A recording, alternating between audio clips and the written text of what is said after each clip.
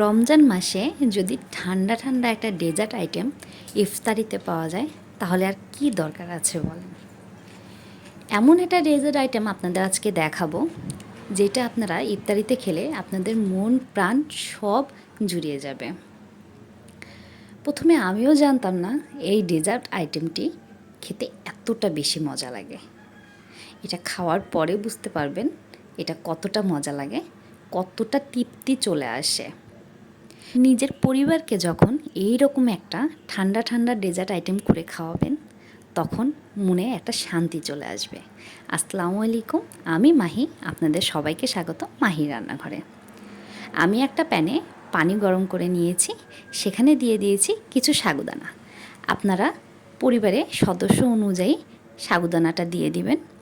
আমি অল্প সাবুদানা দিয়ে দিয়েছি। এটা অনবরত নাড়তে থাকবো। প্যানের নিচে যেন কোনোভাবেই লেগে না যায় সেই দিকটা খেয়াল রাখতে হবে। ততক্ষণ না পর্যন্ত সাগুদানার কালারটা চেঞ্জ হয়ে আসে ততক্ষণ নাড়াচাড়া করে নিতে হবে। সাগুদানার কালারটা স্বচ্ছ পানির মতো হয়ে আসলেই আমরা নামিয়ে ফেলব। এখন এটা একটা ছাঁকনিতে নামিয়ে আমরা ঠান্ডা পানি দিয়ে ধুয়ে ফেলব। ঠান্ডা পানি দিয়ে ধুয়ে ফেললে এটা জমাট বাঁধবে না, স্বচ্ছ হয়ে থাকবে। এটা আমরা এখন একটা সাইডে রেখে আমরা কিছু বাদাম আর খেজুর হালকা করে একটু টেলে নেব। আমাদের বাদাম আর খেজুরটা টেলে নেওয়া হয়ে গেলে ওই একই প্যানে আমরা দুধ দিয়ে দিব। দুধটা আমি আগে থেকে জাল করে নিয়ে হালকা ঠান্ডা করে নিয়েছিলাম। আমি দিয়ে দিলাম হাফ কাপের মতো চিনি। এখানে চিনিটা দিয়ে অনবরত নাড়তে হবে। এ পর্যায়ে দুধটা ঘন হয়ে আসার জন্য দিয়ে দিচ্ছি হাফ কাপের মতো গুঁড়া দুধ। গুঁড়া দুধটা দিলে শুধু দুধটা যে ঘন হয়ে আসবে সেটা না, দুধের টেস্টটা বেড়ে দ্বিগুণ হয়ে যাবে। আপনারা চাইলে এখানে কনডেন্সড মিল্কটা অ্যাড করতে পারেন। কনডেন্সড মিল্কটি যখন অ্যাড করবেন তখন এর টেস্ট বেড়ে দ্বিগুণ হয়ে যাবে। আমার হাতের কাছে যেহেতু ছিল না সেহেতু আমি দিইনি, আপনারা চাইলে দিতে পারেন। আমি এটা ঠান্ডা করে নিব।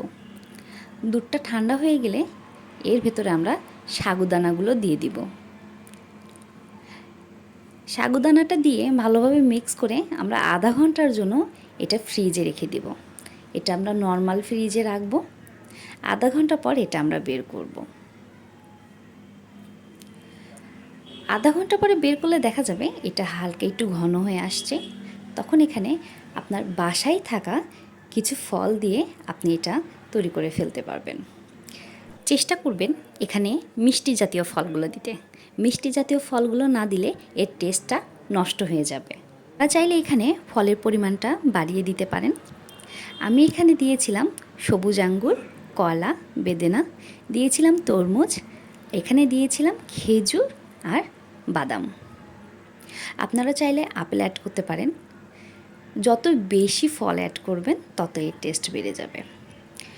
আশা করব সবাই এটা বাসায় তৈরি করে খেয়ে দেখবেন, এটার টেস্টটা অনেক বেশি।